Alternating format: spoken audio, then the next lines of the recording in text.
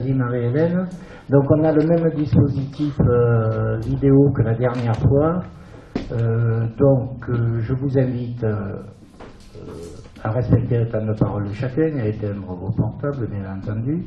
Je demande à l'assistance de ne pas se manifester parce que après on a des bruits pendant la vidéo. Donc le conseil est réservé aux membres élus par la population. Donc c'est un conseil de rentrée.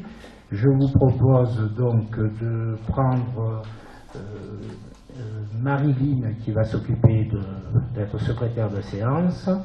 Y a-t-il des pouvoirs que vous ne m'avez pas transmis? Ok. Donc, en ce qui concerne les présents, donc on est nombreux, c'est la première fois qu'on est si nombreux, donc bravo. Donc on a le roi Patrick qui a donné procuration à Christophe Azéma, Michel Paris qui a donné pouvoir à Yves Olivier et Chantal Schott qui m'a donné pouvoir. Donc, est considéré absent Monsieur Menguet. C'est bien ça? C'est ça. Ok. Il manque personne d'autre, c'est bon? Ok. Donc je vous fais passer la feuille de présence. Et avant toute chose, bien entendu, compte tenu des événements de la semaine, nous allons commencer par une minute de silence en hommage à notre ancien président de la République, Jacques Chirac.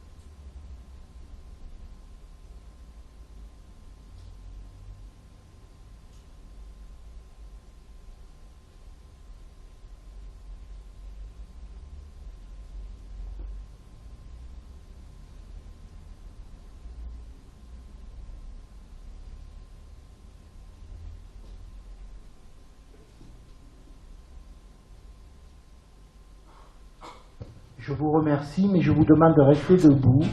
On va faire juste une pensée pour Jean-Christophe Faure, qui était ancien employé de la mairie de Rognes dans les années 2000 principalement, qui est décédé malheureusement de maladie à l'âge de 55 ans. Lui et sa famille sont partis sur Gap.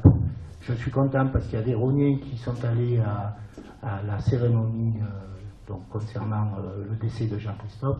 Donc je vous demande 10 secondes pour lui de penser. C'était quelqu'un de très bien.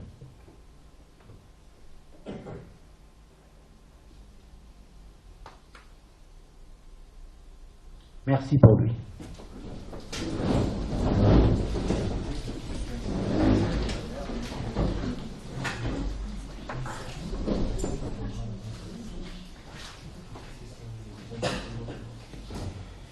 Alors, avant de commencer l'ordre du jour, dont vous avez pu prendre connaissance, 2 personnes sont venues consulter les annexes. Je voulais vous proposer, si vous en êtes d'accord, de rajouter une délibération après avoir vu les 7 points qui sont prévus. Alors, cette délibération, elle concerne la vente d'un lot nouveau pour lequel j'ai reçu ce matin la confirmation de la personne. Donc, compte tenu que il y a quand même que c'est un terrain communal, que c'est un administré qui souhaite, donc je vous propose, si vous en êtes d'accord, de rajouter une délibération. On en a déjà une qui concerne le lot numéro 1, et j'en ai une deuxième qui m'est arrivée ce matin qui concerne le lot numéro 5. Si vous en êtes d'accord, ne participeront au vote que les présents. Parce que dans l'envoi qu'on vous a fait, les 4 personnes qui ne sont pas là ne sont pas au courant de cette demande que je vous fais. Donc, Si vous en êtes d'accord, c'est les présents qui voteront et on rajoute cette délibération pour la vente d'un lot d'une certaine personne. Donc je veux avoir l'assentiment des deux groupes d'opposition. Pour nous, on s'y opposera. Enfin, on n'a pas d'éléments, vous n'avez aucune information sur le principe et les conditions essentielles d'une vente. On n'a pas d'éléments, on n'a rien. Donc, je vais vous répondre. Jean-Maurice ? Je suis exactement sur cette position, Okay. On respecte la règle. Ok, donc la règle me permet de vous proposer une délibération, j'ai fait vérifier par Marie-Hélène et Madame Vitalis. Pour répondre à Monsieur Ibanez, nous avons dans le corps de ce qui était prévu une délibération pour la vente du lot numéro 1. Il suffit de reprendre les éléments pour vendre le lot numéro 5, point à la ligne. On a tous les éléments, mais je ne peux pas vous l'imposer. À mon avis, c'est illégal, point. Donc, on peut la prendre, mais si vous ne voulez pas la prendre, on ne la prend pas. On gagne du temps pour la commune et pour l'administrer, comme vous voulez.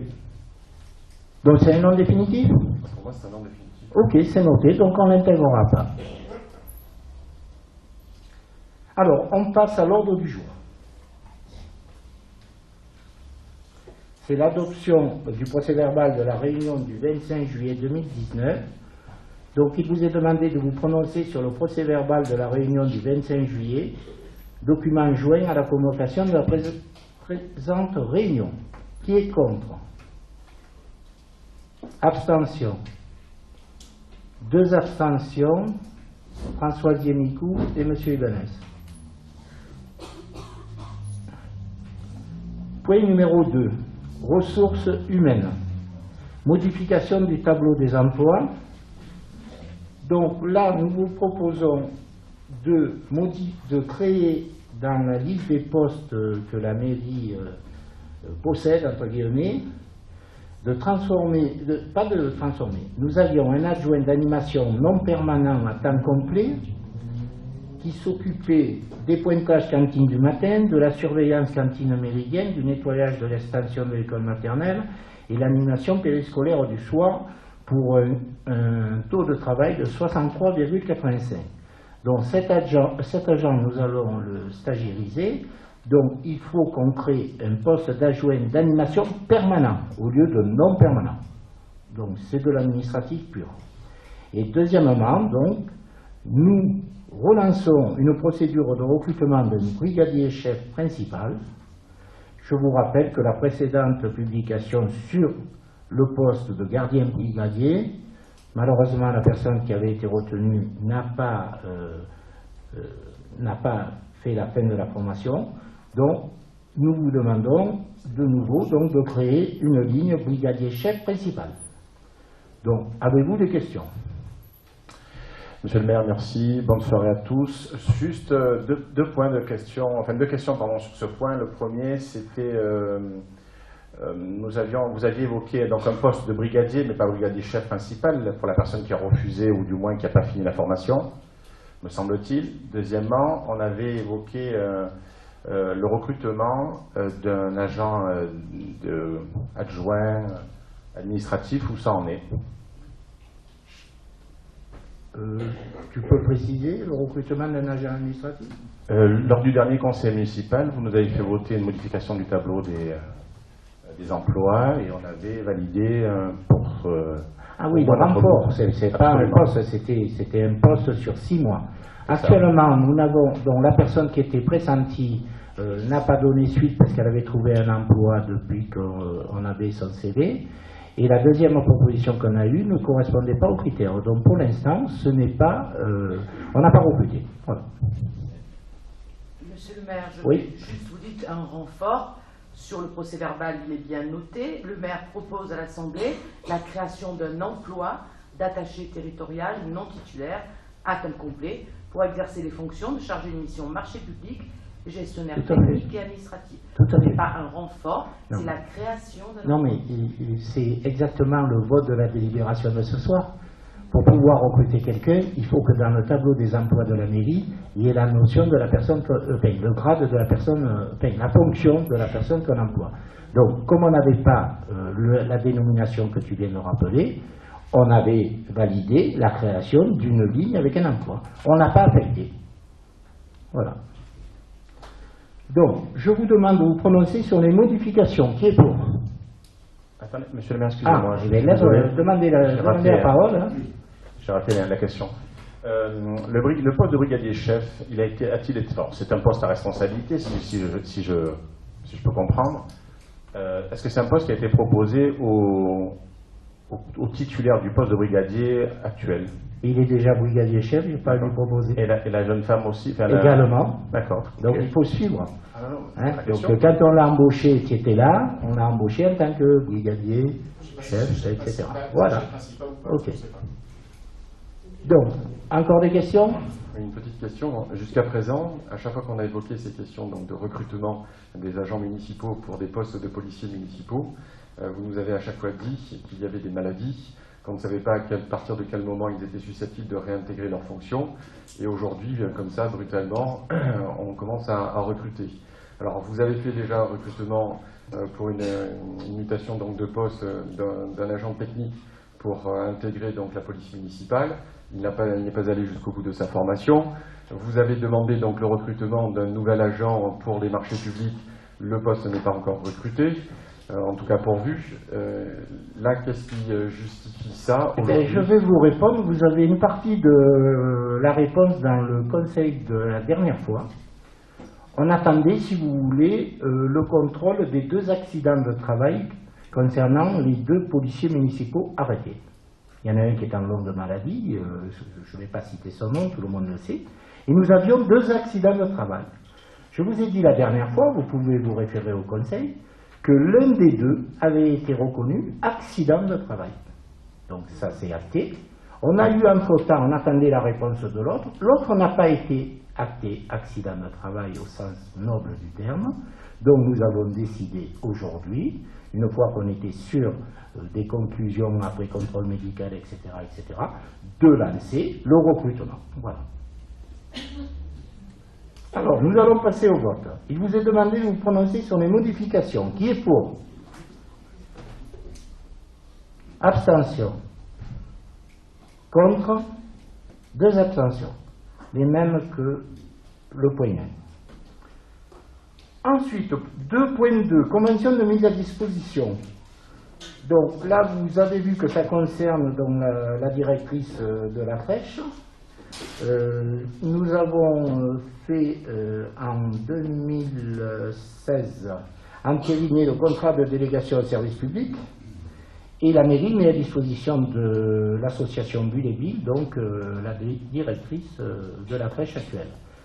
Une convention est d'une durée maximum de 3 ans, donc nous vous demandons de prendre acte ce soir que nous renouvelons cette convention non pas sur 3 ans mais sur 2 ans, parce que la directrice fera valoir ses droits à la retraite dans 2 ans. Donc je pense qu'il n'y a pas de questions particulières. Maintenant, si vous en avez, je suis prêt à y répondre. Donc il vous est demandé de prendre acte de la convention de mise à disposition. On ne vote pas? Non? Voilà. Hein? Ok. On continue. Point 3. Finances, dons privés. Donc, par 2 fois, j'ai tiré un coup de chapeau à Madame Poussel. Donc, ce soir, on acte juridiquement et financièrement son don de 700 €. Pour ceux qui sont allés sur place au cimetière, les services techniques ont commencé les travaux de remise en valeur de la fosse commune. Hein. Donc je vous demande d'accepter le don de 700 € en chèque de Madame Georgette Poussel pour l'embellissement de la fosse commune au cimetière de Rognes. Qui est pour? Unanimité, je vous remercie. Donc ensuite, nous passons aux subventions des associations, comme à chaque année, depuis que nous sommes en place, depuis 2014. On vote la quasi-totalité des subventions en début dans le budget principal, et en fin d'année, nous ajustons les subventions en fonction des engagements tenus par les associations sportives, culturelles, etc. Donc vous avez pu prendre connaissance de ce que nous vous proposons,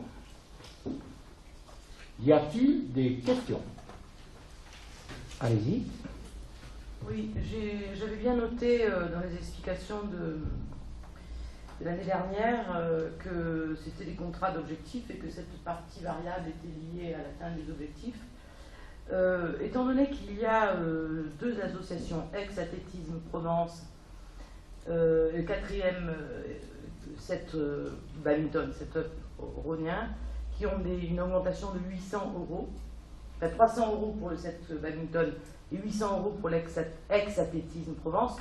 Je voulais savoir si les raisons en fait de cette augmentation, est-ce que c'était lié à des matchs qui allaient se passer sur Rognes, voilà, parce que quand on regarde un petit peu la progression, par exemple pour ex-athlétisme Provence, 2016 1000 €, 2017 500, 2018 1000 et 2019 1800.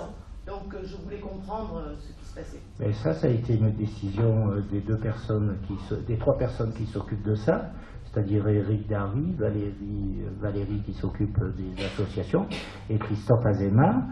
C'est eux qui sont en relation avec les associations. Il y a eu un deal qui est passé avec Ex-Athlétisme. Avec le stade que nous avons, je pense qu'il est tout à fait normal de développer ce secteur d'activité sportive où il y a une demande, puisque dans les journées de formation organisées avec l'aide de Philippe Julliard, on s'aperçoit qu'il y a beaucoup de jeunes qui viennent. Donc il y a eu un contrat en début dans l'octroi des subventions, et à la sortie, on vous propose ce qui était prévu en première lecture au budget. Donc une augmentation significative d'ex-athlétisme si on compare par rapport aux autres, mais on n'est pas là pour comparer par rapport aux autres, on est là pour voir de quelle façon les associations permettent aux enfants de la commune et aux adultes de pratiquer un sport, que ce soit le badminton, le basket, le handball, le football, etc. Et les personnes qui gèrent ça ont jugé utile que cette année, en 2019, on puisse monter à 1800 € ex-athlétisme et 1800 € le badminton. Je rajoute un élément concernant le badminton. Ils sont, depuis cette année, agréés, je ne sais plus par quel, au niveau national, pour l'organisation d'un tournoi qui peut une fois par an, Christophe. Ça s'appelle comment? Tu n'as pas le nom en tête. Donc j'ai reçu une lettre de la Fédération française qui faisait ressortir que cette association, vu le développement qu'ils ont fait, ils étaient à peu près 100 autour de 100 participants. Je crois que cette année, ils ne sont plus qu'à 80, mais ils ont développé des tournois, et la fédération de badminton a décrété de les faire passer en association locale qui joue le jeu dans le sens de ce que la fédération de badminton veut. Voilà. Donc je continue, ex-athlétisme. Ah non, mais on va tout lister? Non, sur ex-athlétisme Provence. Oui. C'est donc une association qui est locale sur Rognes aussi. Mais ex-athlétisme Provence, vous savez bien qu'elle est à Aix. Oui. Et vous savez bien que depuis au moins 1995, où j'étais conseiller municipal chargé du sport, ils sont toujours intervenus, non pas sur un stade puisqu'il n'y en avait pas à l'époque, mais en aide au niveau du collège, en aide dans le village. Je veux dire, ex-athlétisme, c'est un renom au niveau région. Oui, voilà. Oui, c'est un renom au niveau région. Le handball, en revanche, baisse à 1200 au lieu de 1500. Je voulais comprendre. 1500. Non, mais on va pas expliquer. Non, mais j'aimerais le savoir. Mais c'est des engagements. Monsieur le maire, vous avez des personnes qui ont pris ces décisions, j'aimerais les entendre. Oui, mais on ne va pas tout détailler. C'est qu'ils n'ont pas tenu. Ils ont pas tenu compte de tout Je vous demande un détail sur 3. Je vais vous passer Christophe Azema. Voilà, exactement. Alors, je vais vous répondre après si Eric veut compléter. En l'occurrence, s'agissant de Ex-Athlétisme Provence, donc qui s'investissent depuis de nombreuses années et en particulier depuis que le stade des Garilles est en place, et avec le renouveau de l'encadrement, on va dire, il y a une implication très très forte des personnes encadrantes sur les activités réalisées sur Rognes, en particulier sur le stade. Et je vous donnerai un exemple lors de la foulée du Foussa. Ils proposent des activités pour les enfants pendant que les parents courent. Et cette organisation prend de l'ampleur et leur investissement est vraiment énorme et notable. Et donc, avec Eric, on a voulu les remercier de cet engagement-là, même si effectivement Aix-Saclay-Provence est socialement basé à Aix, il propose des cours et des activités sur Rognes, en particulier sur le stade. Eric, si tu veux compléter. Oui, c'est par rapport au fait qu'il y a avec ces associations, il y a des conventions d'objectifs. Et quand les associations respectent les conventions d'objectifs, tout va bien. Parfois, ils vont au-delà des conventions d'objectifs. Parfois, ils sont un petit peu en deçà. Il y a différentes. Pour la caméra, il vaut mieux que tu regardes le micro. Donc voilà, donc je dis, il y a des conventions, elles sont plus ou moins respectées, parfois en plus, parfois en moins. Et en fonction de ça, on adapte les situations. Donc dans le cas du badminton, par exemple, et de l'athlétisme, ils ont cette année été particulièrement dynamiques. Le badminton a formé un moniteur ou instructeur à leurs frais, par exemple, pour s'occuper des jeunes. Donc la moindre des choses, c'est que la commune vienne un petit peu à leur aide. Et l'athlétisme, une des filles, Christophe, par exemple, en ce qui concerne la folie Foussard, ils ont été présents du début à la fin, ils ont occupé des enfants, ils ont créé des activités, créé des courses. Pas du tout dans les objectifs du départ, mais voilà, c'est des choses qu'ils ont fait en plus. Comme des associations comme le tennis, qui font des journées handisport. Alors il y a d'autres associations comme le handball qui sont plutôt en retrait. Donc c'est une façon pour nous de leur signifier que s'ils veulent des subventions de la commune, il faut qu'ils aient une activité dynamique, mais vraiment tourner vers la commune, que ce soit dans le bon sens. Et quand parfois on sent que c'est pas dans le bon sens, c'est une manière de leur montrer. Merci Eric, merci Christophe. Y a-t-il d'autres observations sur ce qu'on vous demande de voter ce soir? Jean-Maurice. Alors oui, il n'y a pas de souci sur les subventions. Simplement, si on pouvait avoir en fin d'année un bilan au moins des 3 associations sportives, puisque les autres il y a une convention pour les 3 grandes, qui dépasse 5 000 € et qu'on puisse avoir un bilan d'activité qui soit communiqué de façon numérique à l'ensemble des conseillers municipaux. Alors, ce qui se passe, c'est que le bilan d'activité et les bilans financiers, nous les avons lors des demandes de subventions. Moi, ce que je vous invite surtout, c'est de vous rapprocher de ces clubs et de vous faire connaître. Et ils vous donneront les informations qu'ils souhaitent vous donner, quoi, voilà. Hein? Sinon, vous avez vu, on est en toute transparence. C'est pas chaque année décrété 2000 pour tous les clubs sportifs, 3000 pour la culture, etc. C'est une analyse fine par 3 conseillers municipaux, dont mon premier adjoint. Donc, ils ont été élus, ils font le job. D'autres observations? Pour les associations, elles ont leurs assemblées générales. Bien sûr. C'est ouvert, on ne peut pas hésiter à demander. Et là, ils donnent tous les chiffres, ça peut parfois être un peu fastidieux. Le football, il y a plus la rémunération des arbitres, des matchs. Y a-t-il d'autres observations? Donc je vous demande de passer au vote, donc, qui est pour l'attribution de l'ensemble des modifications que nous apportons ce soir. Donc tout le monde est pour. Ok.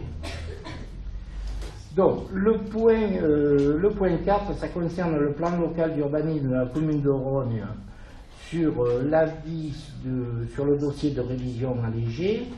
Donc il y a une historique là-dessus. Depuis le 1er janvier 2018, la métropole exerce la compétence en matière de PLU. Par délibération en 2016, le plan local d'urbanisme a été approuvé le 15 décembre et il a fait l'objet d'une modification approuvée par le Conseil de métropole le 15 février 2018. Pour autant, donc, Alain Reynaud à l'époque avait prévu de lancer une révision. Modification ou révision, ça dépend un peu des modifications ou des révisions qu'on apporte. Il y a des définitions précises. Donc, il a lancé une procédure de révision qui a été délibérée le 29 novembre 2017 par le conseil municipal. La révision allégée numéro 1 du PLU de la commune. Il a défini les modalités de concertation avec la population. Le 29 novembre, le conseil municipal a donné son accord pour la poursuite par la métropole de la procédure parce que les compétences ont changé. Hein, tout ce qui est PLU devient PLUI et ne regarde plus en direct la commune. Donc la métropole a délibéré le 15 février 2018, donc vous voyez un peu les délais qu'il y a eu, pour poursuivre la révision allégée que nous avions préparée. Et elle a tiré le bilan de la concertation et a arrêté le projet de révision sans apporter de modification au document transmis donc par le service urbanisme de la liste en place. Ce que je voulais profiter de dire, je voulais remercier l'aide et le suivi, pour ceux qui la connaissent, de Paul Salin, qui travaille à l'urbanisme sur la mairie de Lambès et qui est détaché depuis que la compétence urbanisme est partie à la métropole, sur tout ce qui concerne le PLU principalement, non pas l'instruction de dossier. Je la remercie pour le travail qu'elle a effectué. Et donc, on doit juste rendre un avis simple sur le dossier. L'enquête publique vient de se terminer. C'est juste de l'information. Voilà. Avez-vous des remarques? Chez BS. J'ai quelques remarques à formuler. S'agissant donc de cette procédure, tout d'abord, sur la procédure, elle résulte de quoi? Si vous aviez consulté les annexes, vous auriez vu toutes les interrogations des administrés que nous avons eues depuis le 15 décembre 2016. Certaines nous ont fait des remarques, certaines, Alain Reynaud et son équipe les ont pris en compte. On a fait une modification déjà. Là, la révision allégée simplement. Mais vous avez le détail, mais si vous ne le lisez pas, il y a étendre d'un hectare 8 la zone EAUE, zone à urbaniser à destination d'équipement et d'activité, modifier et ajouter des emplacements réservés, modifier à marge des articles du règlement où il y avait quelques coquilles, la consultation que vous auriez pu faire, et voilà le dossier, donc vous auriez trouvé toutes les questions, les réponses aux questions. Et 2 personnes ont consulté. Voilà, donc les 3 motifs ont été instaurés. Je ne vous parlais pas des motifs, je vous demandais simplement la raison pour laquelle on est amené à se prononcer par avis. C'est comme ça, c'est la métropole qui nous demande de prendre un avis en conseil municipal. En vertu de quoi? Même si c'est nous qui avons initié au départ la procédure, et même si c'est eux qui ont fait le job. En vertu c'est de un quoi? avis au conseil, on vous a dit ça. En vertu de quoi, enfin, c'est la question. De la règle que la métropole a imposée, n'a pas imposé, a imposé aux communes. Ça doit passer en conseil municipal, les modifications. Vous avez vu que la modification est passée en conseil municipal. Vous avez vu que la révision, on vous la présente pour avis aujourd'hui. Oui, c'est tout, c'est de l'avis. Comme beaucoup de rapports de la métropole que nous faisons, hein, c'est pas le premier. Alors l'avis que l'on doit formuler en réalité en conseil municipal, il doit résulter, c'est une délibération du 15 février 2018, a priori vous ne la connaissiez pas, et en vertu de cette délibération, alors qu'est-ce qu'elle dit cette délibération? Eh bien, vous en avez connaissance dans les pièces annexes. Je ne vais vous, pas donc, lire l'ensemble de la délibération de la métropole, vous l'aviez en pièces annexes. Ne perdons pas de temps. Non, cette délibération, elle n'y était pas en pièces annexes. Marie-Hélène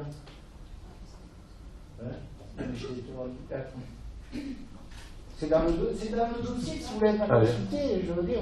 Allez, je connais le dossier, mais justement, manifestement, l'information n'y était pas. Pour un gain de temps, pour que vous alliez un peu plus vite, c'est une délibération du 15 février 2018. Eh bien, je vais vous dire que dans ce document, vous avez là, je vais tout le dire. Non, j'ai simplement besoin du contenu du 15 février 2018, c'est tout.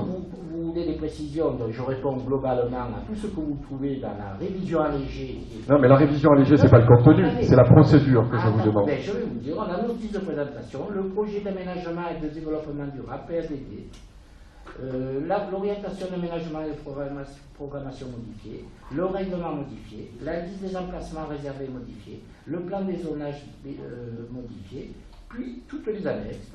Voilà, donc je vous invite à le... Donc la délibération du 15 février 2018, elle n'était pas dans le dossier, donc je l'avais dit. Alors qu'est-ce qu'elle dit cette délibération? Il y a 3 pages, vous voulez que je lise ça? Est-ce que ça peut intéresser quelqu'un? Je vous demande simplement sur le fondement de quoi on est amené à se prononcer par avis ce soir. Je vais vous dire, extrait des registres des délibérations du Conseil de la métropole, séance du 28 février 2019, Si vous voulez, on vous donne un exemple. 15 février 2018. Alors, Là, vous ne savez même pas ce que vous lisez. En réalité, c'est le bilan de la concertation que vous êtes en train de 15 dire. Donc, ça n'a février rien à voir. 2018, où c'est que vous avez vu la date? À délibérer, délibération. Elle a délibéré pour poursuivre la révision et elle a officialisé le 28 février, elle a tiré le bilan de la concertation et a arrêté le projet de révision. Je ne vous parle pas de cette délibération du 15 février 2018. Je ne l'ai pas et ça n'a aucune importance puisque celle du 28 février prend la suite de celle du 15 février. Si vous voulez, je la demande demain à la métropole. Donc, je l'ai. Vous l'avez récupéré? Oui, je l'ai. Eh bien, c'est parfait. Donc, en réalité, l'avis sur lequel on est amené à se prononcer, c'est au vu, à l'issue de l'enquête publique, les avis, donc au vu des avis joints au dossier d'enquête publique, les observations du public, le rapport du commissaire enquêteur. Oui. Eh bien, vous l'avez dans les annexes, ça. Si vous étiez venu voir, vous l'avez. Alors, maintenant, je vais aller un petit peu plus loin. Non, mais attendez, je réponds. Vous avez le cahier qui a été transmis à la métropole. Monsieur le maire, il y a 2 avis. Non, mais attendez. Nous avons consulté, monsieur le maire. S'il vous plaît, vous avez eu votre temps de parole, vous me laissez le temps de réponse. D'accord? Pour la question que vous dites, il a été ouvert le jeudi 7 décembre 2017 une consultation où 2 personnes, 2 administrés de Rhône ont fait des remarques. Suite à ça, on a envoyé à la métropole. Ils ont pris la délibération, alors que je ne me trompe pas parce que si on joue sur les dates, du 15 février. Et après, ils ont entériné le 28 février pour dire qu'ils n'ont pas apporté de modification au document qu'on leur avait transmis. Et là, vous avez tout le détail, si vous voulez le reconsulter.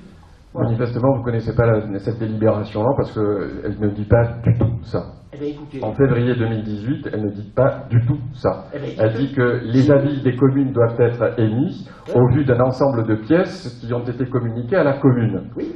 Oui. Eh bien, Sauf que... là, les pièces. Mais non, elles ne sont pas là. Eh oui. Ne dites pas n'importe quoi. dis pas Ça, c'est simplement le dossier qui a été soumis à l'enquête publique. Ça n'a rien à voir. Non, il y a les documents. Mais c'est le registre d'enquête publique, c'est Je tout. vous dis qu'il y a tous les documents, vous le regarderez. Je vous dis que c'est le registre d'enquête publique. Il n'y a pas que ça, je vous liste tout. Je vous le redis. J'ai pris connaissance du dossier, donc je le sais. Ah, vous êtes Donc, OK, vous êtes oui. venu consulter ça. Oui. Ok. Donc, on doit se prononcer donc sur un avis sur la procédure de révision allégée. Oui. On doit se prononcer en tout état de cause, c'est-à-dire le dossier d'enquête publique, les avis qui ont été émis par le public lors de cette enquête publique, et le rapport et la motivation de l'avis du commissaire enquêteur. Oui. L'enquête publique s'est déroulée du 19 août au 20 septembre. Le commissaire enquêteur a 1 mois pour rendre son rapport. En d'autres termes, le rapport n'a pas encore été rendu. Faux. Ah, vous l'avez. Bien sûr. Ah, et il était donc dans le... Non, il n'était pas parce que j'ai reçu aujourd'hui. D'accord. Comme vous avez dit qu'il avait 1 mois. Non mais attendez, ne jouons pas sur les mots. Vous avez dit qu'il a 1 mois pour Am. Il nous a fait les premières, je peux te le dire après à la fin, pour vous dire les remarques. C'était voilà. une surprise. Non mais vous voyez qu'on dort. non. Alors, donc on a le projet de rapport du commissaire enquêteur qui est venu 5, 6 ou 7 demi-journées sur la commune. Il a reçu 1, 2, 3, 4, 5, 6 observations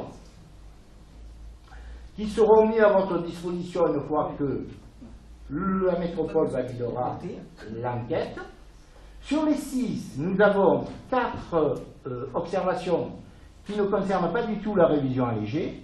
Et nous avons 2 observations qui ont été émises par 2 administrés qui se trouvent, je vous dis grosso modo le motif, qui se trouvent environ à 2 km de la zone d'activité en direction de l'Ambès et qui sont sujets depuis des siècles à des zones d'inondation. Pas liées à la zone d'activité, je vous rassure. Mais entre la zone d'activité et leur habitation, il y a, quand vous regardez les cartes établies par savoir s'il y a des risques de ruissellement, d'inondation, entre les deux, donc entre la zone d'activité et leurs 2 maisons, Il y a une zone terrible, et vous le savez quand vous allez à Lambex, vous pouvez l'imaginer, quand il y a des très très grosses pluies, tout le côté droit de la route va sur le côté gauche. Donc les gens habitent côté gauche en allant sur la baie. Et ils ont fait une remarque qui est fondée par rapport à leur réflexion, parce que ça fait des années qu'ils n'arrivent pas à résoudre ce problème. Tant qu'il n'y avait pas de maisons dans ce quartier-là, il n'y avait pas de problème d'inondation. Mais depuis qu'il y a des maisons, depuis que les gens font des clôtures, depuis que les gens font des drains, eh bien l'eau, il a fond aller chez les autres, comme on dit. Hein? Donc voilà, nous, on doit veiller à faire en sorte que ça respecte la loi. Donc, ces gens-là, ils disent le fait que vous allez artificialiser les hectares au carrefour Rogne, Lambex et Saint-Canard, ça risque de nous entraîner des inondations supplémentaires. Je ne suis pas agro-ingénieur pour vous dire oui, non. Il me semble que la distance de... Hydrogéologue. Hein? Voilà. Hydrogéologue. Voilà. Donc, je l'ai dit à ma façon, mais vous avez compris, donc c'est parfait. Ce que je voulais vous dire, c'est que, honnêtement, je ne pense pas que ça accélère leur processus de risque d'inondation, parce que je vous dis, il y a 2 km.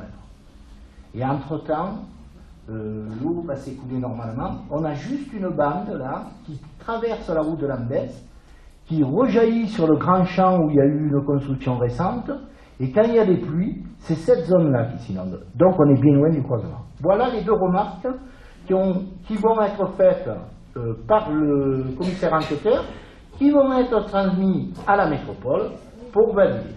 Voilà.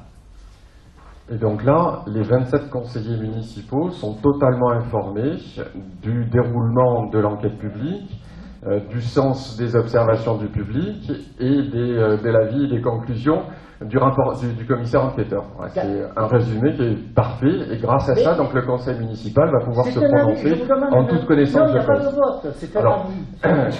Je vous... Alors, comme vous parlez... faites la remarque que vous voulez, alors, et on je vais poursuivre si vous le permettez. Donc l'enquête publique, donc ça c'est l'envie d'enquête publique qui a été publiée un petit peu partout. L'enquête devait donc se dérouler du 19 août au 20 septembre. Elle s'est déroulée. Et il est prévu que, à l'issue de l'enquête publique, le dossier de révision allégé numéro 1 du PLU de la commune de Rhône, éventuellement amendé pour tenir compte des avis émis sur ce dernier, des observations du public et du rapport du commissaire enquêteur, donc devra être approuvé par délibération du Conseil de la métropole. Oui.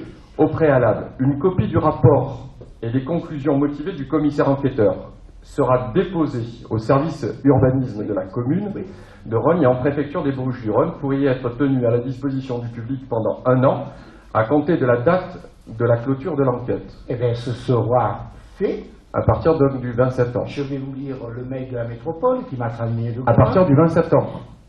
Je vais vous lire... Ce sont les modalités qui sont prévues par la métropole. Et ça, c'est quelque chose que vous avez validé. Que vous avez validé aussi, ou que les conseillers municipaux ont validé en lançant la procédure de révision allégée. Non, ça n'a rien à voir. Alors, je vous lis.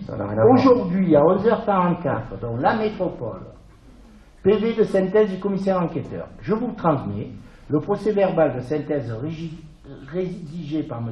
Atteya. Nous allons, sous 15 jours, lui répondre. Il y a un délai de réponse. Et je vous transmettrai copie. Il déposera ensuite son rapport et ses conclusions, à partir desquelles la délibération d'approbation sera complétée. Voilà. C'est tout. Donc c'est la métropole qui a le job. Donc en réalité, les modalités d'information du public et ce qui est censé précisément nous informer ce soir pour nous prononcer par cet avis n'a pas été respecté. Donc mais non seulement ça n'a pas été respecté. Ce soir, c'est pas l'avis sur la conclusion qu'on vous demande, c'est juste pour vous aviser où on en est de la révision. Vous, monsieur Ibanez. Voilà. Vous avisez de l'état de la... Oui, on vous a dit... les choses un petit peu franchement. Ce qu'il en est, c'est que tout simplement le conseil de territoire va disparaître d'ici la fin de l'année.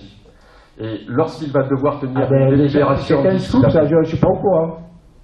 Il faut que vous regardiez un petit peu l'évolution des institutions. Ah non, mais c'est faux, parce qu'on a des réunions du conseil... Elle le sait, Madame Josset, que le conseil des territoires va disparaître? Non, mais vous vous rendez compte que vous institutionnellement, annoncez. le 31 décembre Oui. 2019, Non, il n'y aura plus les institutions qui vont fonctionner comme on les connaît aujourd'hui. Donc c'est la métropole qui va reprendre le... C'est faux, on a des réunions. Regardez un petit peu le sens des textes et Ne manifestement... jouons pas sur les mots. C'est pas la CPADES qui fait ça. C'est la métropole qui a en main en révision légère. Je vous ai toujours dit ça, c'est la métropole. D'accord? Donc laissez faire le travail à la métropole qui va valider le projet du commissaire enquêteur, qui va faire valider un conseil métropolitain les conclusions qu'il aura tirées, et bien entendu la population de Rogne et les 6 personnes qui ont fait des remarques seront au courant des décisions prises par le commissaire enquêteur et par le conseil de métropole. Et je reviendrai vers vous pour vous les donner. Là, nous sommes en phase de restitution. Voilà. Une restitution donc d'un avis qui est tombé ce matin et sur lequel personne n'a absolument aucune information. Et pour ceux qui disent simplement du conseil de territoire, vous êtes en train de dire que c'est la métropole en réalité qui a toute marge de manœuvre, alors que le conseil de territoire, c'est bien ce que vous venez de dire, n'a pas la compétence particulière. C'est bien ce que vous venez de dire. C'est la métropole, c'est pas le conseil de territoire qui s'occupe de la révision légère. 15 février 2018, manifestement, vous ne connaissez pas cette délibération, mais vous auriez mieux fait de la prendre. Moi, je prends parce que ça vous aurait permis de connaître un petit peu la répartition des compétences entre le conseil de territoire et la métropole. Je vous dis que depuis les années où ça s'est passé, ce qui fait quoi, c'est la métropole. Toute la métropole. Le conseil de territoire, c'est de la métropole. Mais ne jouons pas sur les mots. Ne joue pas sur les mots. Alors, mais je vais le dire pour tout le monde. Par souci de ménager les communes et les territoires, il y a une période transitoire où certaines fonctions sont assurées par les conseils de territoire, mais la validation définitive sera faite par la métropole, c'est tout. Voilà, je vous dis que ça, c'est tout. Donc, et si je vais téléphoner demain à Madame Joisset pour lui dire, es-tu au courant qu'en janvier, il n'y a plus de réunion? Voilà. Je lui en parlerai sous quinzaine. Parlez-lui. Bon, là, on est là pour traiter Rhône. Donc, de toute manière... Faites un avis, si vous voulez, qu'on continuera dans la délibération. Mais j'entends bien justement que ce soit consigné et qu'il soit notamment indiqué que l'avis qui doit être émis ce soir porte sur des éléments pour lesquels on n'a strictement aucune information. C'est faux. Mais je vous le dis, on n'a strictement aucune information. Est-ce que le projet de PLU arrêté va être modifié au vu des observations? Ça, vous le savez ou vous ne le savez pas? Vous ne le savez pas, personne ne peut le savoir aujourd'hui. Donc cet avis ne sert à rien. Vous l'organisez avec anticipation et ça ne sert à rien. Je viens de vous dire que les remarques faites... La discussion avec les conseils municipaux, ça vous fait perdre du temps. Si vous avez autre chose à faire, il faut aller... Ça fait perdre du temps aux gens qui vont écouter ça, quoi. Voilà. Moi, je ne perds pas de temps, je suis sur le terrain tous les jours, hein, maître. Voilà. Tous les jours, je suis sur le terrain. D'accord? Voilà. Oui, alors, on passe. Si vous voulez notifier quelque chose, vous nous faites un petit topo manuscrit et on annexera... je pense que vous avez une secrétaire de séance qui, normalement, a dû tout noter. Mais vous avez tout préparé? La remarque que vous avez fait? Voilà, je vous ai formulé ce que j'avais à dire. Ça va, on reprendra. Alors, dernier point, si vous le permettez. Les objectifs poursuivis par cette délibération, par cette révision allégée. Alors, vous nous l'avez présenté assez rapidement tout à l'heure. Les objectifs poursuivis, réduction donc d'une zone naturelle au bénéfice d'une zone 1AU. Alors, une zone 1AUE, donc pour la zone d'activité, modification de l'orientation d'aménagement et de programmation.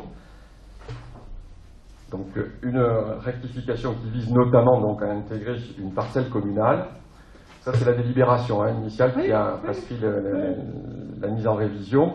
Suppression ou ajout ou modification de certains emplacements réservés. Ce que je vous ai dit. Ajustement du règlement et modification donc, du règlement du PLU relative aux servitudes de mixité sociale. Dans la mesure où la commune de Rogne serait exemptée avant la fin de l'année de ses obligations consécutives à son état de carence actuel en logements sociaux. Alors, c'est pas d'actualité. C'est l'objectif qui a été poursuivi dans la révision allégée. C'est un objectif qui a été établi par la commune et par la métropole en 2017 et en 2018. À un moment donné, je vous en parlerai tout à l'heure par rapport à votre question, sur la métropole va proposer une trentaine de communes qui pourraient être exonérées de logements sociaux. Je vous en parlerai tout à l'heure. Mais ça, c'est... Non, mais là, vous bottez en touche. Donc, eh bien, je botte en touche parce que je n'ai pas d'éléments particuliers à vous donner. Donc, en réalité, donc, il semblerait que la commune soit exemptée. En réalité, à ce jour, la commune n'est pas exemptée. Non. Et donc, en réalité, donc, on est en train de réduire le nombre de servitudes de mixité sociale qui sont exigées par le PLU.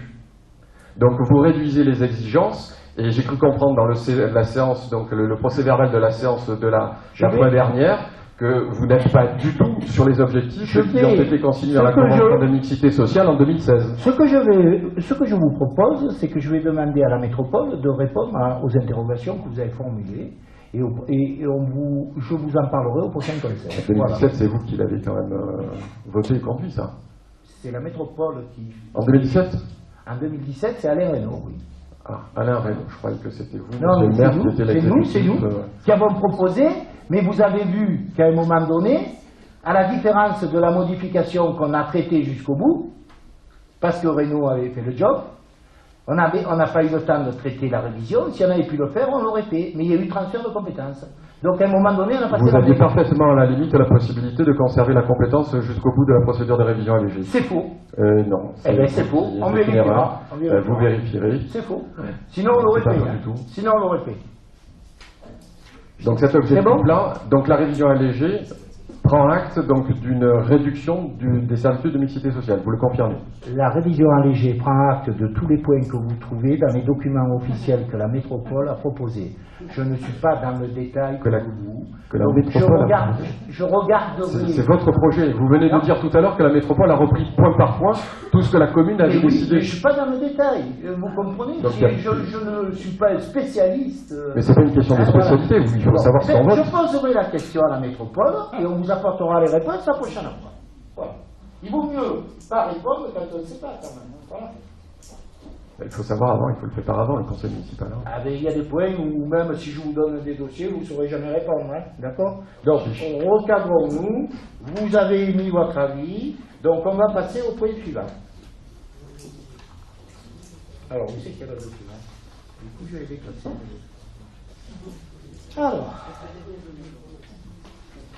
C'est pas voté, hein? Enfin, moi, ton avis. C'est pas pareil. Bon, alors, qui est contre? Non, le débat est terminé. Le débat est terminé. Le débat est terminé. Le débat, monsieur le maire, je voudrais m'abstenir de voter parce que je ne voudrais pas qu'il y ait de problème, parce que je suis venu physiquement voir le commissaire enquêteur et déposer une doléance. Qui n'a rien à voir avec la révision allégée. Absolument, puisque c'est un emplacement réservé, monsieur le maire, mais... que vous n'avez pas cité. Donc je ne veux pas participer à ce débat. Eh bien, vous ne participez pas au débat. Par contre, le commissaire enquêteur a considéré que votre demande, c'est une demande qui doit arriver au service urbanisme, que nous analyserons, mais qui ne rentre pas dans les modifications d'emplacement réservé prévues par la révision allégée. Nous avons modifié quelques emplacements réservés, pas celui dont vous faites référence. Voilà. C'est pas ce qu'il nous a dit. Eh bien, c'est ce qu'il a mentionné dans le rapport. Bon, nous passons. Qui est contre? Abstention. Donc, François ne participe pas au vote. C'est une abstention. C'est considéré comme une abstention. Donc, 4 de 6. On continue.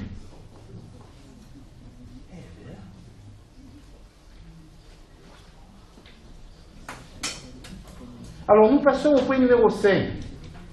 Donc, par les délibérations que vous connaissez, on ne va pas reciter toutes les dates, puisqu'on en parle depuis un certain temps, vous avez donné la possibilité donc au maire de signer de gré à gré les futures ventes ou les futurs accords pour vendre les terrains du lotissement. Donc, j'ai reçu, comme il est mentionné, une proposition de M. Guillaume Robert à hauteur de 320 000 €. Donc, je vous propose il vous est demandé de vous prononcer sur les caractéristiques de la vente et d'autoriser M. le maire à signer les actes correspondants. Pour votre information, j'ai déjà signé donc les 4 compromis. Des questions? Oui, une petite question, monsieur le maire, sur précisément tous ces actes qui sont passés pour les cessions donc, de l'eau. Je voulais simplement que vous me confirmiez que vous ayez bien purgé les droits de préemption auprès de la SAFER. Alors, c'est des lots constructibles, je pense que c'est déjà fait. C'est d'avoir une confirmation. Non, mais je veux dire, il a été créé un lotissement à un moment donné, validé, il y a eu un acte de vente de terrain constructible, je pense que la SAFER a dû être consultée à l'époque, quand la mairie a acheté le terrain. Je ne vois pas pourquoi aujourd'hui je vais redemander l'avis de la SAFER alors que ces terrains sont classés constructibles. Donc là vous exagérez largement. Je vous exagère peut-être largement comme vous le pensez. Simplement, si vous connaissiez vos dossiers, vous vous rendriez compte que la SAFER n'a pas été consultée parce qu'il s'agissait d'une vente de terrain effectivement constructible. Or, il fallait que les permis de construire soient obtenus dans un délai de 5 ans et que les constructions soient commencées dans ce délai de 5 ans. Et manifestement, le délai de 5 ans a été très largement dépassé depuis, et vous regarderez un petit peu les dates. Quand vous consulterez un peu plus en détail le dossier, vous vous rendrez compte qu'il y a peut-être un intérêt à purger la SAFER. Monsieur Ibanez, nous avons revoté une délibération en 2017. Les conseillers municipaux du précédent mandat ont voté. Nous sommes dans cette phase. Les 4 compromis ont été signés avec les 2 premiers dont les terrains lots 3, 4 et j'ai signé début septembre les lots 6 et 7 et là je vous propose un nouvel acquéreur pour le lot numéro 1 qui est contre, qui s'abstient, 6 abstentions. Alors je vous rassure, ce n'est pas la mandature actuelle qui percevra les fonds, c'est la commune, je vous le redis quand même. Je vous le redis. Les premiers fonds vont intervenir en avril, le débat est clos, en avril, et les deuxièmes en juin, et pour ce vote de ce soir, on va encore décaler de 2 mois. Voilà. On aurait pu gagner, pour celui que je vous ai proposé, 2 mois, on fera au prochain conseil. Donc, c'est noté, Marie-Hélène, 6 abstentions. Oh.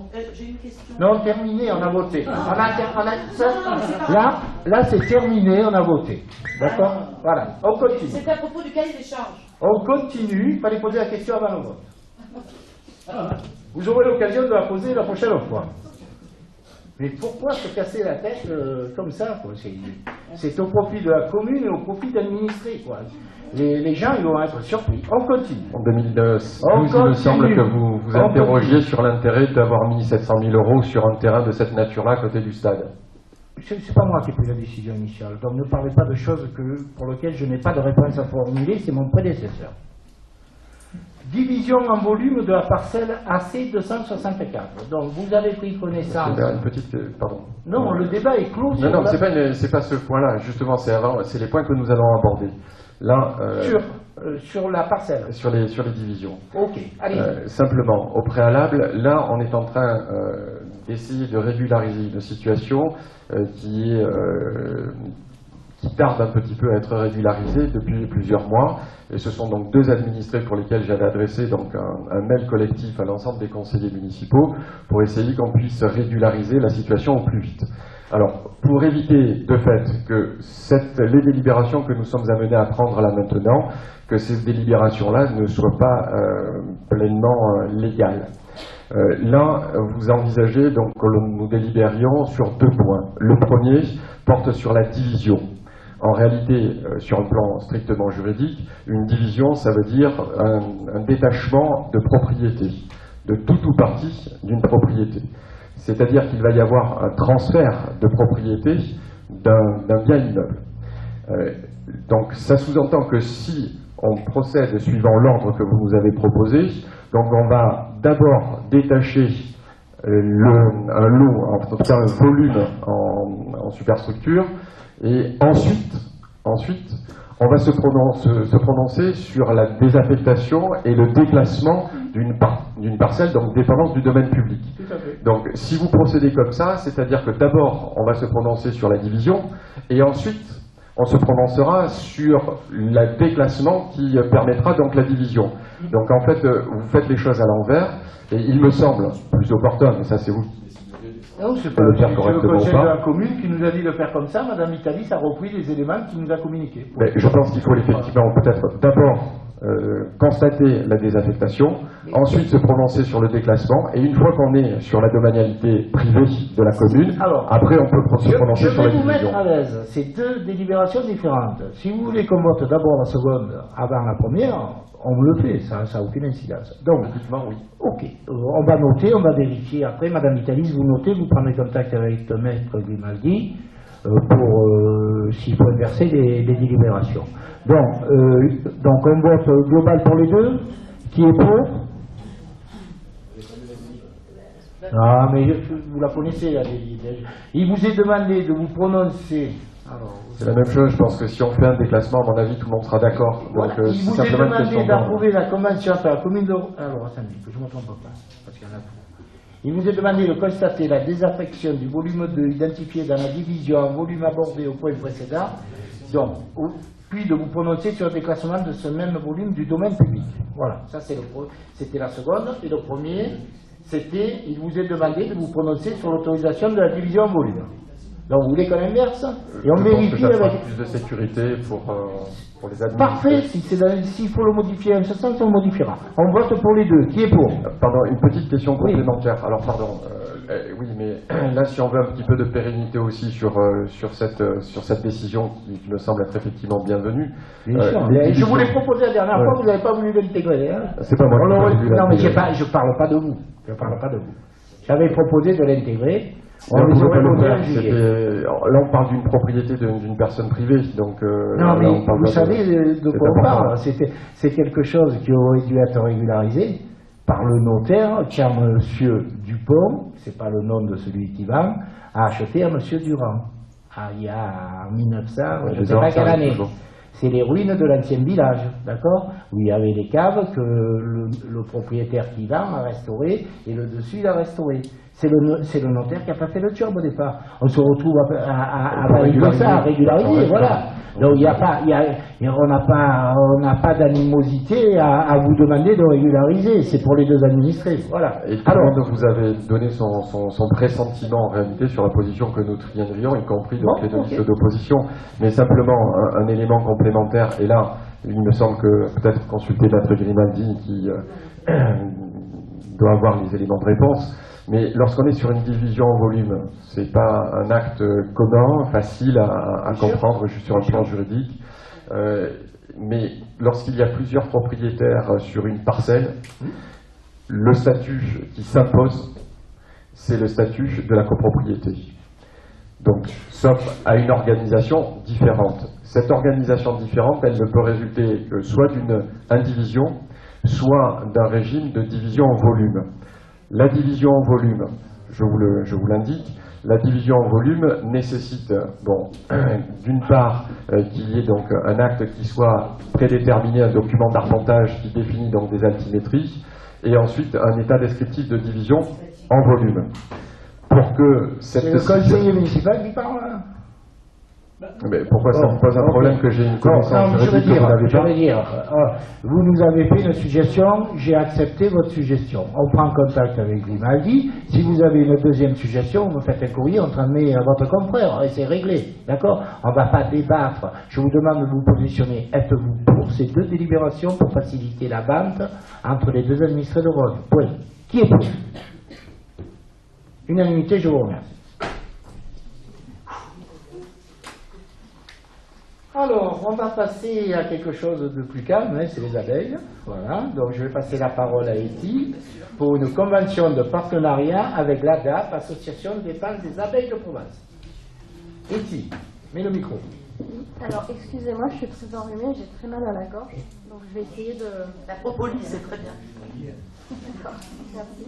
Je vais essayer de parler correctement, mais je peux dérailler. Donc effectivement, nous avons le projet d'installer 6 ruches à la Javie dans le but de favoriser la biodiversité. Nous avons confié ça à une association qui est spécialisée dans la mise en place de ruches pour des collectivités et pour des communes. Ils ont travaillé notamment avec la région, avec Marignane, enfin voilà, avec plusieurs villes. Donc nous avons préparé une convention de partenariat qui était donc dans le dossier a priori. Oui. Donc voilà, je vous laisse. Ils étaient dans le dossier. Je sais pas. Donc avez-vous des questions? Oui, moi j'ai des questions. Mais je voudrais intervenir. Ben vas-y. Oui, voilà, donc c'est très louable, hein, effectivement, de prendre soin de nos amis les abeilles. Ce que je ne comprends pas, Madame Rodriguez, c'est pourquoi il y a des apiculteurs sur Rognes. Il y a des apiculteurs sur Rognes. Il y a une longue tradition d'apiculture sur Rognes, puisque même les amis du patrimoine, dans les annales 31, vous pouvez les consulter, interroge M. Laurent Maroni et qui fait part de tout son vécu en tant qu'apiculteur. En gros, sur Rognes, il y a à peu près au moins une dizaine d'apiculteurs, et certainement à peu près entre 500 et 600 ruches, je n'ai pas le compte exact. Alors, je comprends très bien qu'il y ait besoin d'une association, mais je pense que la première des choses, c'est de voir, et c'est, je pense, votre job, comme le dit Monsieur le maire, de prendre contact avec ces apiculteurs et de savoir s'ils veulent eux-mêmes se mettre en association, parce que j'ai bien l'impression que vous avez besoin d'une association pour faire tout le reste. Mais prendre une association dont le siège est à Gémenos pour pouvoir aller sur la Javie expliquer l'apiculture et peut-être aussi l'histoire de Rognes par rapport à l'implantation de ces abeilles et des Apis mellifica, je trouve ça dommage. C'est louable en tant qu'implantation, mais je trouve ça dommage que vous n'ayez pas pris le temps de les contacter, les apiculteurs, et voir de Rognes, et s'ils ne voulaient pas se mettre eux en association. Voilà, c'était la remarque que je voulais faire. On a pris contact avec 3 ou 4 d'entre eux, qui effectivement je trouve ça bizarre et ils auraient été totalement contents. Voilà. Si tu réponds, et je compléterai ta réponse. Oui. Alors, premièrement, effectivement, j'ai recherché dans les mails, parce que donc, ça fait plusieurs mois qu'on travaille sur le projet, donc je ne me rappelais plus forcément de tout l'historique.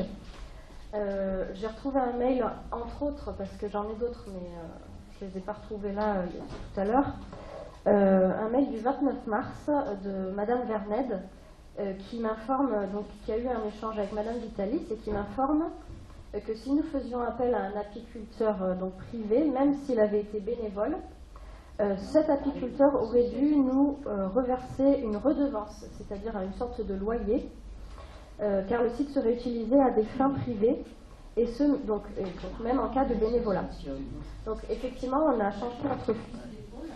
On s'est mis à la recherche d'une association, et l'association, entre autres, qu'on a mandatée, est une association d'intérêt général. Madame Rodriguez, vous ne répondez pas sur ma question. Je vous ai dit pourquoi n'avez-vous sollicité les apiculteurs? Alors, j'aimerais que Eti termine. J'ai dit que j'apporterai une réponse.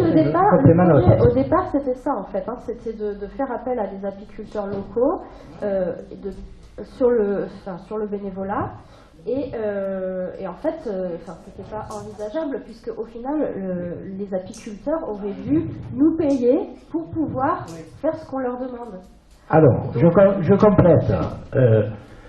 Cette réponse a été donnée par les personnes qui regardent la réglementation d'une commune, à savoir donc Marie-Hélène et Madame Vitalis, et on ne pouvait pas signer avec n'importe qui. Donc nous ne pouvions pas proposer un apiculteur normal. Donc on est allé chercher ce qui se pratiquait dans d'autres communes. Et on s'est aperçu qu'il y avait 2 associations, donc Eti a contacté les 2, il y en a une qui était intéressée, l'autre non. Donc on a respecté la réglementation, voilà. Monsieur le maire, est-ce que je m'exprime en français? Oui. Je me demande si vous comprenez le français. Oui. Vous nous faites répéter. La question que j'ai posée, c'est est-ce que vous avez contacté des apiculteurs de Rognes afin qu'ils se montent en association? Alors, non, mais attendez, mélange pas tout. Voilà, vas-y, Eti, vas-y. Et j'étais en train de vous répondre justement, mais vous m'avez coupé la parole. Allez-y, madame. Donc, effectivement, l'association que nous avons mandatée est une association d'intérêt général. Il s'avère qu'en Provence, sur le territoire de la Provence, c'est la seule association à pouvoir avoir le statut d'intérêt général. Qu'est-ce que ça apporte? Ça apporte que nous ne sommes pas sur. Enfin, nous devions faire appel à une association. On ne pouvait pas faire appel à du privé. Or, c'est une association d'intérêt général. Mais, non, mais s'il vous plaît, vous avez. Même si le siège est à Gémenos, il travaille sur toute la région. C'est-à-dire que c'est une association itinérante dont le but est de. Madame. C'est leur seule. Comment vous dire? C'est leur seule activité. C'est-à-dire que nous, notre but était de promouvoir la biodiversité, d'avoir un interlocuteur dont c'est la spécialité, avoir un cadre, quoi, tout simplement, faire appel à une association spécialisée où on pouvait être sûr, de A à Z, qu'ils allaient gérer le projet. Et je confirme, et tu as fini? Non, vas-y. Si nous avions demandé à une association de se monter, c'était pas forcément des spécialistes de l'installation de ruches pour des collectivités, des communes. Ça n'est pas la même chose. Ah bon, je ne vois pas la différence. Hein, c'est simplement leur activité. Alors, merci Eti, le débat est clos. Le débat est clos. Et honnêtement, parce que nous avons. Alors, ça vous fait pas honneur, hein, franchement. Non, mais moi je vous ai posé la question de l'association. Vive les abeilles, vive les abeilles, Madame Rodriguez. Simplement que les apiculteurs de Rognes auraient aimé être consultés. Ça c'est alors, 800 € quand même. Pardon? Sur le budget communal, 1800 € pour une association qui n'a pas de siège ici alors, sur Rognes. Le but n'est pas de donner on a l'argent des à une apiculteurs, association. oui. Le but, c'est de promouvoir la biodiversité. Alors, mais avec des évidemment que ruches de Rognes. cette association. Avec des abeilles qui sont déjà acclimatées. Non mais stop. Vous n'avez pas compris. Si nous avions demandé à des apiculteurs, ils auraient dû nous payer. Mais on se reprend Leur l'association. demander de faire quelque chose gratuitement et en plus de nous verser un loyer. Vous comprenez? Alors, si, je voudrais qu'on conclue le débat, d'accord? Donc, quand Eti. Non, Jean-Maurice, je ne donne pas la parole. Non, mais je donne pas la parole parce que vraiment. 15 secondes, vous inquiétez pas. Non, 15 secondes, non, c'est pas la peine. Alors, je conclue. Vous êtes en mesure de juger si c'est la peine ou pas? Je conclue. La parole, monsieur le maire, s'il vous plaît. Je conclue le débat. 15 secondes, il y en a pour 15 secondes. Je conclue le débat. Je vais vous dire que pour le groupe Rognes Ensemble, nous saluons cette initiative. Ah, ben ça y est, bravo. On est en débat. On l'aurait vu dans le vote. Merci de nous laisser la parole. Je conclue le débat. Non, j'ai pas fini. En vous confirmant que ont été associés à cette délibération de ce soir les personnes qui ont la charge de la réglementation que nous devons avoir en tant que mairie, c'est-à-dire Madame Vitalis et Marie-Hélène. Ce soir, on vous a proposé ça. Vous faites comme vous le souhaitez. Donc, je mets au vote. Qui est pour?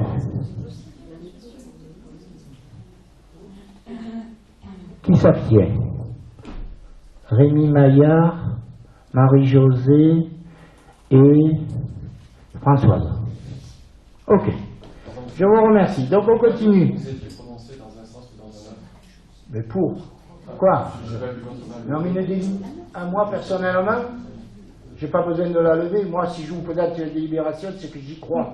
Pas pour moi, pour Rognes et ses habitants. Voilà. Là, il y a l'école qui va en profiter, il y a le patrimoine qui va être mis en valeur. Donc, laissez-nous avancer dans cet espace jali où il ne s'est jamais rien fait. Et on va vous en proposer des choses. Et vous avez voilà. On termine de faire les choses. On termine. Information des décisions. Donc, relative à la convention de mise à disposition de la MJC à l'association Blue Night Production, c'est du rock. La 36 relative à la convention de mise à disposition de la salle des associations à l'association Festival de la chanson française du Pays d'Aix. Et la troisième relative aux conventions de mise à disposition de la Maison des Jeunes et de la Culture et de la salle du foyer à l'association Énergie Solidaire ES13.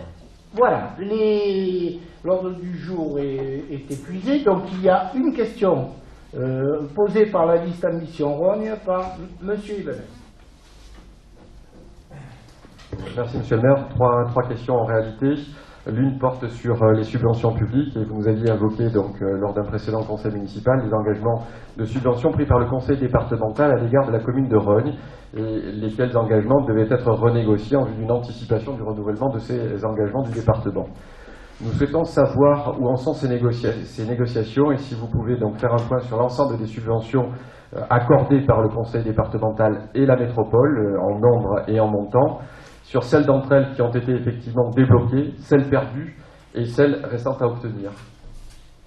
Alors, nous avons en conseil municipal validé le contrat avec le conseil départemental en décembre l'année dernière, où on a intégré le nouveau projet des 320 000 de changement d'éclairage LED. Et on a confirmé l'aménagement du centre-ville. Nous avons une réunion le 11 octobre.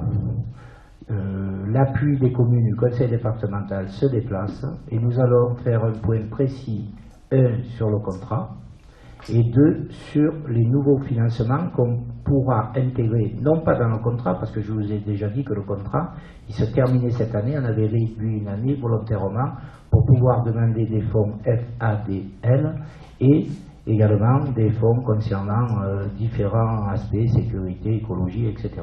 Donc un point sera fait le 11 octobre et je reviendrai vers vous pour vous dire exactement ce que nous avons conclu. En ce qui concerne la métropole, il y a actuellement une discussion au niveau du conseil de métropole concernant les budgets.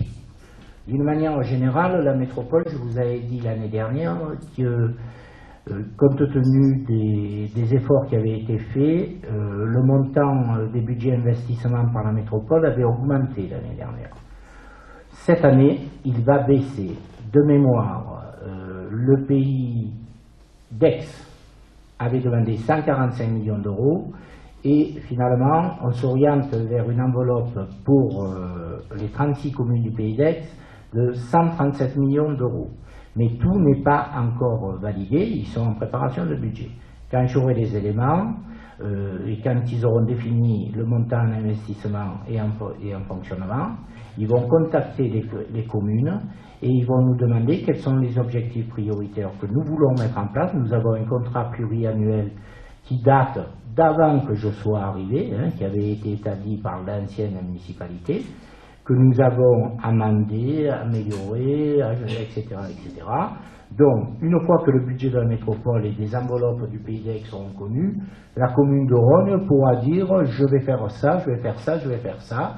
Et ils appellent ça s'appelle un claustrage, je ne connaissais pas le nom, et on aura le montant que je vous donnerai dès que je le connaîtrai.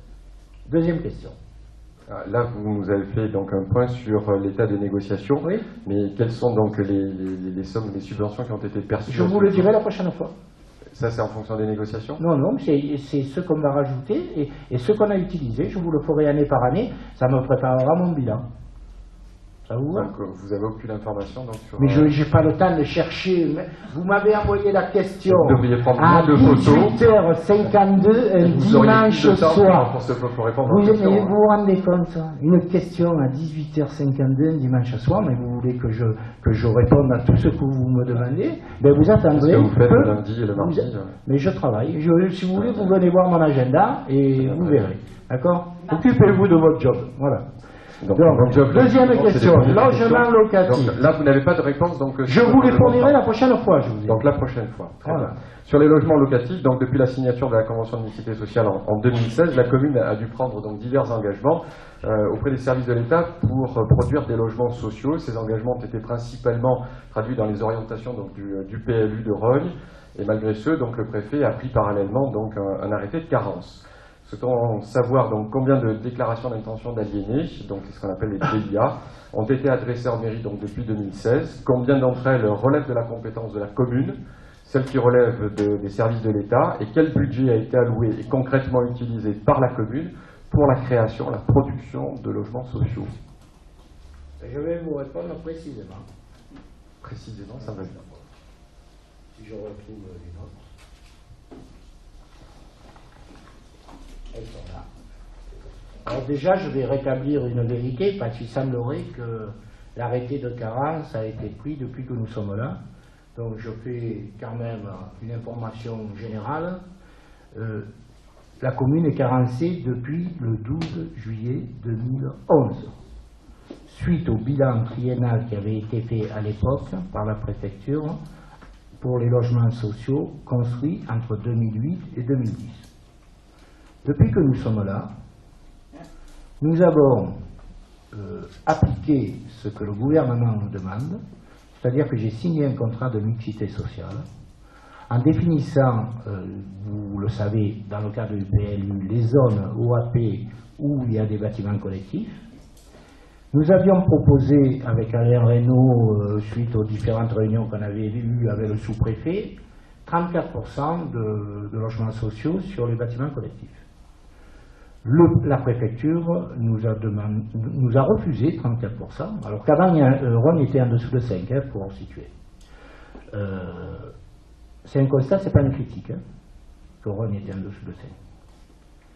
Donc, le préfet nous a demandé de passer à 40, ce à quoi j'ai obtempéré, puisque je suis maire et que je dois appliquer, comme je vous l'ai déjà dit plusieurs fois, les décisions de l'État.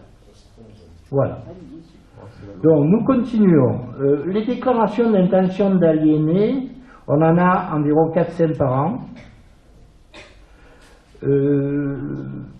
Elles relèvent dans un premier temps souvent de la compétence de la commune, et de toute façon on interroge systématiquement le service de monsieur... comment il s'appelle? Enfin, les services de l'État pour savoir s'ils nous demandent de préempter ou non. Dans un cas, ils nous ont dit c'est bien de préempter. Donc, nous avons répondu que le prix de l'acquisition de cette maison de village, la zone c'est le village, était largement au-dessus de la valeur réelle des murs, et le coût des travaux était au moins égal au prix d'acquisition. Donc quand nous avons fait la démonstration au service de l'État que la commune n'allait pas mettre de mémoire 600 000 euros, l'État nous a dit ok, on vous suit. Donc il n'y a pas eu de demande, il y a eu des analyses faites, mais vu le prix du foncier sur Rhône, et tant mieux pour les propriétaires, la commune ne peut pas acheter des biens très chers pour faire des logements sociaux. Donc on a décidé de ne pas le faire, et l'État ne nous a pas obligés à le faire, il aurait pu. Mais il a compris nos remarques. Ensuite, par contre, contrairement à ce que vous nous avez dit plusieurs fois, la commune, et la liste que je représente, a alloué des finances publiques pour la création de logements sociaux. Nous avons,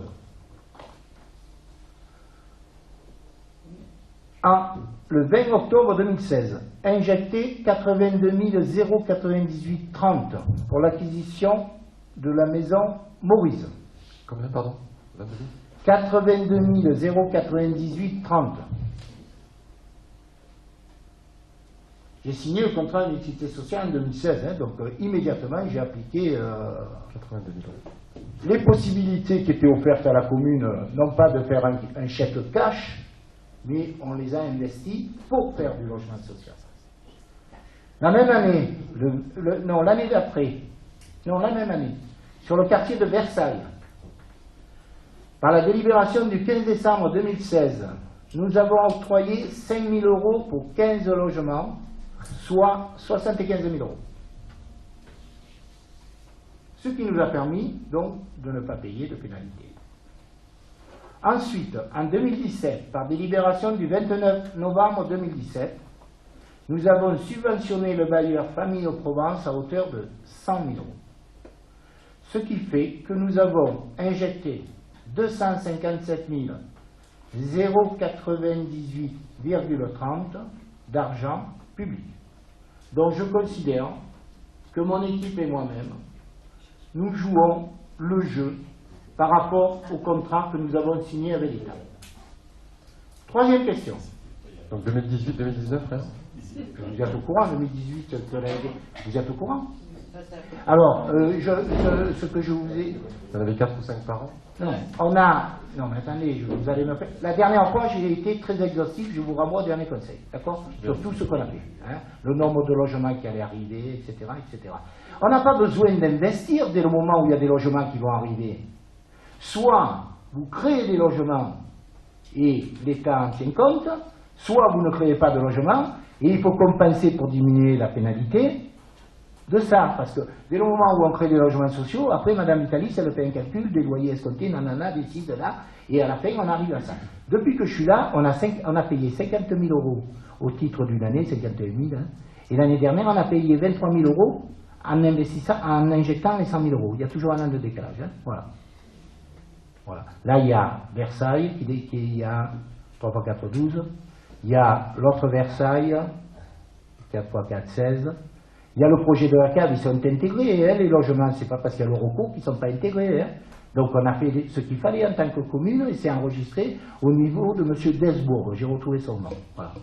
Donc, tout ça, ça a été fait et on continue à faire. Ne vous inquiétez pas. On continue. Dernière sous-question. Sur les marchés publics, le conseil municipal donc, a voté son budget 2019, comprenant la réalisation donc, de divers aménagements et travaux, et en particulier, certains concernent donc l'éclairage public et l'aménagement du centre-ville. Souhaitons savoir combien de lampes vont être changées en LED, et sur quel quartier, et quelle est la nature des travaux d'aménagement envisagés pour le centre-ville. Eh bien, nous sommes en train d'étudier les devis que nous a proposés Ampéris. Les changements de LED, comme je vous l'ai déjà dit plusieurs fois, interviendront dans le centre-village. Nous allons déterminer, nous n'allons pas les prévoir sur le cours Saint-Étienne, les ferrages et les escaliers, parce qu'il y a le projet d'aménagement du centre-ville qui les intégrera.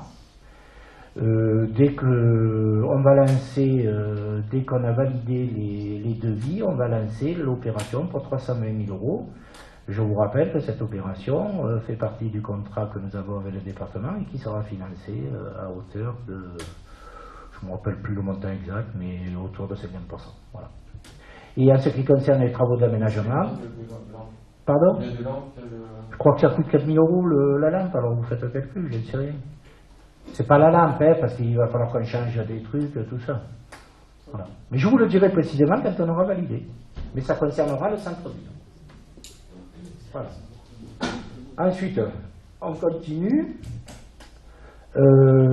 Les travaux d'aménagement. Bon, Madame Vitalis a terminé la saisie des éléments concernant l'appel d'offres. On est en train de se coordonner avec le CAUE qui avait fait le projet pour une enveloppe financière évaluée à 2 500 000.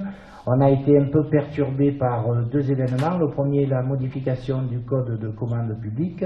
Et le deuxième événement, c'est ce dont vous avez entendu parler dernièrement, le transfert de la voirie au 1er janvier 2020 à la métropole. Mais là, bonne nouvelle, j'en parlerai plus tard.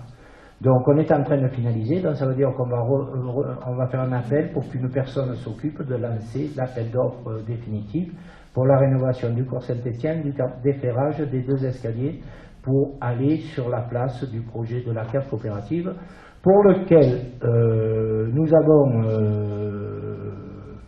sommes dans le délai de recours gracieux. Nous avons eu 2 demandes de pièces.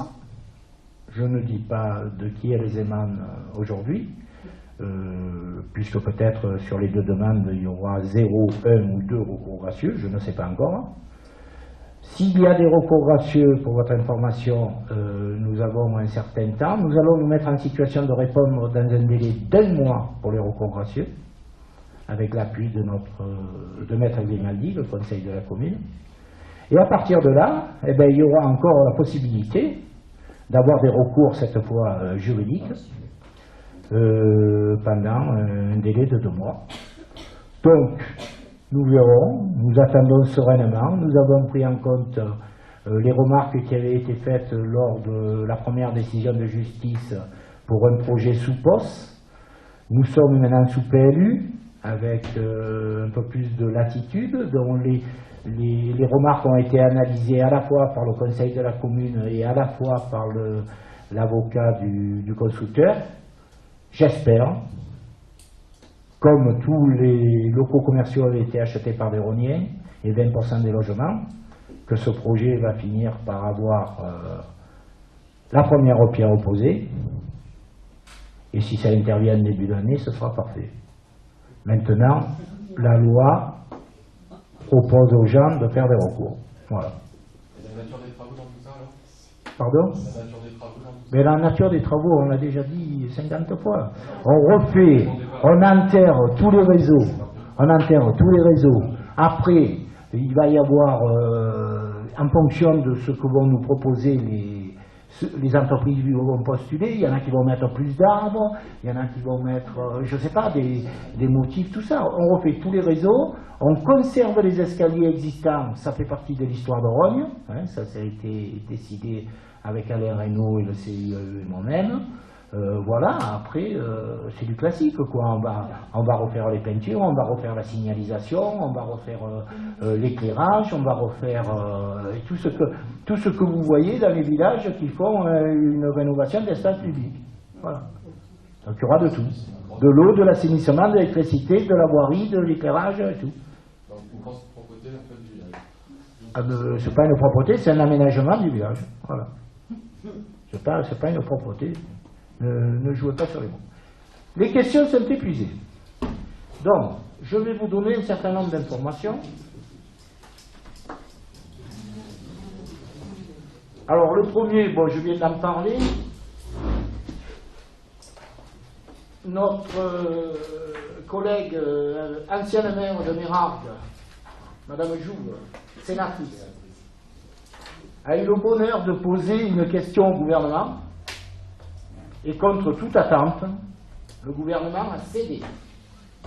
Ça veut dire que la voirie restera aux communes, d'après les derniers éléments que j'ai reçus aujourd'hui, au moins jusqu'en 2023. Voilà. C'est une excellente nouvelle. Donc merci à Madame Jouve.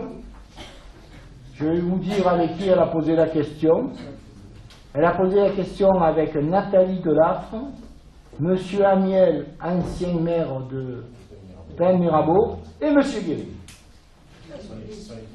qui m'a appelé. Voilà. Comme quoi. Hein. Donc ça, c'est la première excellente nouvelle. Monsieur Lecornu qui a répondu favorablement. Ensuite, pour votre information, bon, ça va dans le sens de ce que Eti est en train de faire pendant le mandat et au futur mandat, au prochain mandat. La métropole a adopté le plan local vert, donc vous en avez eu connaissance dans le journal. Vous pouvez regarder, il y a une enveloppe de 200 millions qui a été dégagée pour les premières mesures. Au niveau de Rognes, j'ai accepté que 2 jeunes posent une banderole à la mairie dans le cadre de la journée internationale de mobilisation pour les gestes en faveur de l'environnement et de l'écologie. Et le fait qu'on ait autorisé ça, les jeunes ont obtenu de leur maîtresse, ils vont faire une action à leur niveau, ils vont récolter les idées d'une ou deux classes, et ils viendront nous voir pour proposer certains actes journaliers qu'on pourra mettre en place, mais que vous, déjà, en tant qu'administré, vous pouvez mettre en place, et notamment la comment on dit, sélective des déchets. Le tri sélectif. Donc, pour ceux qui ne le font pas, et je sais qu'il y en a qui ne le font pas autour de la table, je vous invite à le faire. On continue. Ensuite, la fusion conseil départemental métropole.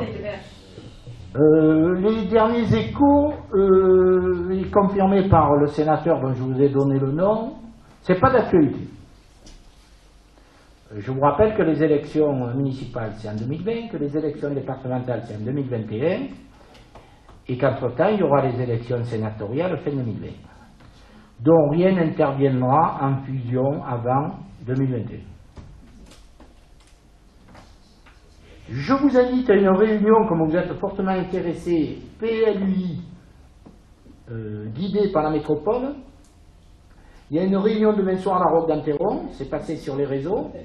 Il y aura des réunions à Pertuis, à Aix, donc on diffusera les dates. Ensuite, je vous invite à participer aux animations qui vont arriver sur la commune. Le service culture, tourisme On s'est inscrit pour les Olympiades, hein, beaucoup de communes participent. C'est une série notamment de marches, on attend du monde. Il y a 2 ou 3 rendez-vous qui sont spécifiés sur une affiche, vous pouvez vous rendre à l'Office du tourisme et vous verrez quel jour vous pouvez participer. Ensuite, nous allons sur 2 jours participer à la Semaine Bleue, le programme est également en place. Et je suis heureux de vous annoncer que les établissements Les Parents vont exposer la semaine du 7 octobre à l'Office du tourisme des peintures faites par donc, leurs enfants handicapés.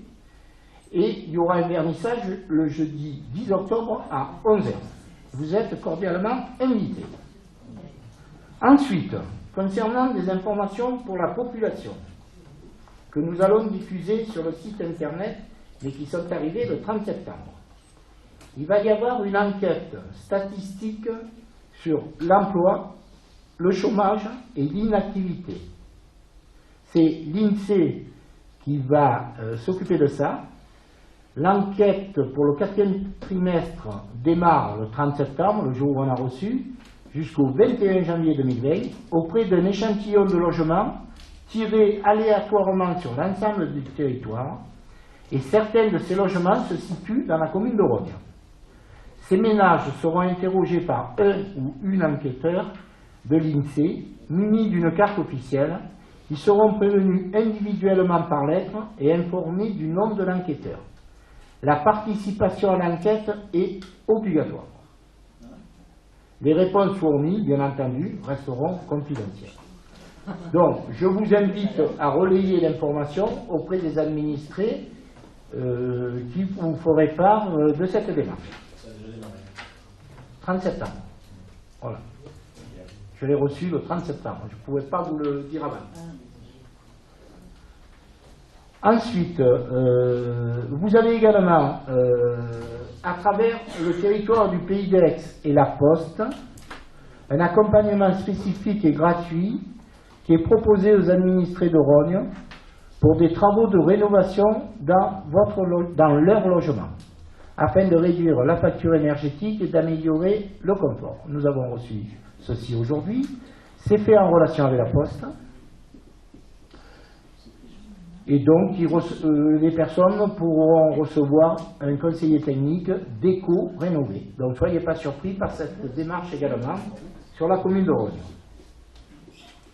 Ensuite, je crois qu'il y a encore d'autres.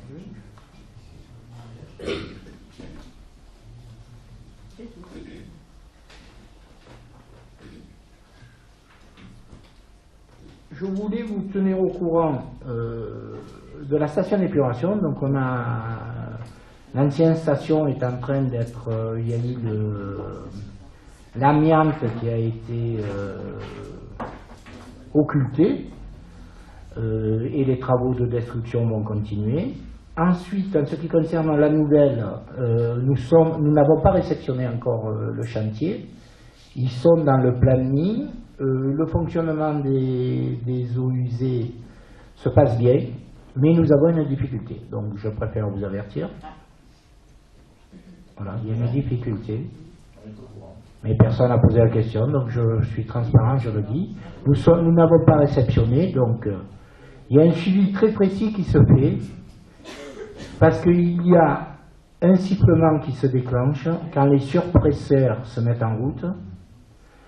Des mesures provisoires ont été mises en place qui, pour l'instant, donnent un peu de satisfaction, mais pas la satisfaction que nous attendons. Les nuisances, qui les subit, ce sont les habitants qui habitent chemin de Valcro jusqu'à peu près au niveau 400-500. Donc ça veut dire qu'il y a 5 propriétaires qui, depuis 2 mois, ont ce désagrément.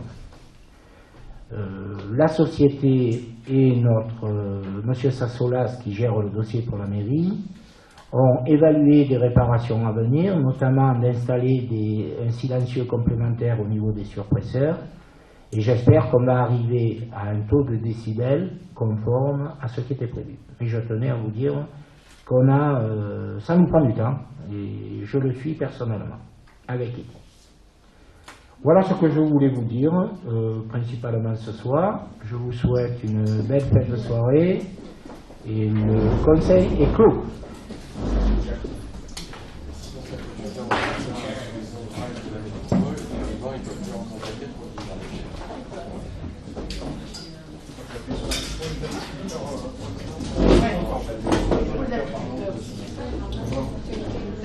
Ça c'est pour ici, pour...